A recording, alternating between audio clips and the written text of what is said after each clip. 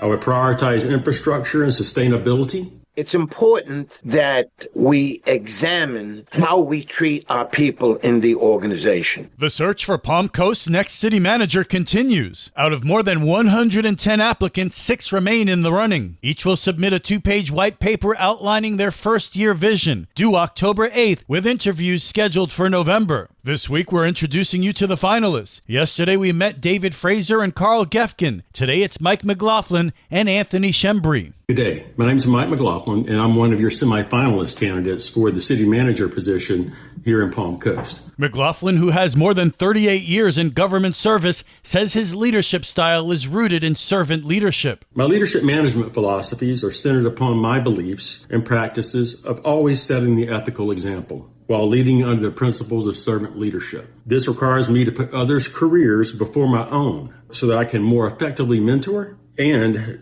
develop those that I work with. McGlothlin says he would focus on building the city's economy and infrastructure through targeted investments. I would implement strategic business and infrastructure programs by targeting desired industries, offering competitive incentives when possible and appropriate, focus on policy making that enhances the quality of life in the community, as well as leveraging federal and state funds. Next, Anthony Schembri, a former appointee of multiple governors and mayors, says he specializes in organizational development, making government work more efficiently. Good morning, members of the Council of Palm Coast. My name is Anthony Schembri. I'm here to make a presentation. My skills lie in organizational development, making an organization better at what it does. Looking at Palm Coast government, Schembri says too many responsibilities overlap and no one is taking the lead on training. Palm Coast, as I looked at it, suffers from an old-fashioned wedding cake table of organization, rife with mission creep, which responsibilities are falling on different people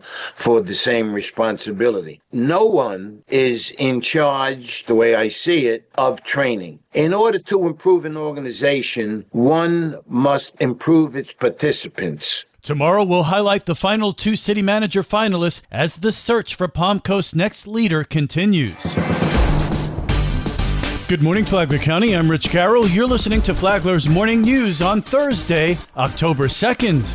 Palm Coast is kicking off its new economic development initiative tonight and is asking residents to help shape the city's economic future. The city has launched Prosperity 2035, a community-driven economic development vision plan in partnership with the Northeast Florida Regional Council. Acting City Manager Lauren Johnston says the effort is about giving residents a voice. Palm Coast residents, here's your chance to help shape the city's economic future. The City of Palm Coast, in partnership with the Northeast Florida Regional Council, is launching a community-driven economic development vision plan. Join the kickoff meeting on Thursday, October 2nd from 6 to 8 p.m. at the Palm Coast Community Center, or catch a pop-up event on October 23rd at the concert series in Town Center. Your ideas will help guide the future of our city while protecting Palm Coast's quality of life. For details, visit palmcoast.gov/events.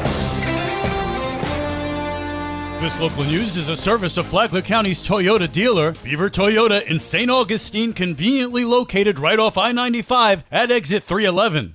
2 Bradford County men are facing felony charges after a Flagler deputy's traffic stop on US 1 led to a major bust. Deputies say 22-year-old Daquan Jackson and 21-year-old DeMarcus Brown were pulled over near Kankakee Trail for driving with high beams on. Sheriff Rick Staley says the stop quickly escalated. Flagler County Sheriff Rick Staley, an observant deputy, stopped the car for a traffic violation and then observed and determined that the subjects were smoking marijuana, which led to a search of the vehicle and found trafficking amounts of marijuana, scales, packaging, a stolen gun that had the serial number partially removed. The driver and the occupant were then arrested and taken to the Green Roof Inn, where they're being held on no bond. In other news, the Creekside Music and Arts Festival, originally scheduled for this weekend, October 4th through 5th, at Princess Place Preserve, has been postponed due to forecasted lightning and storms. The event is now rescheduled for February 7th and 8th.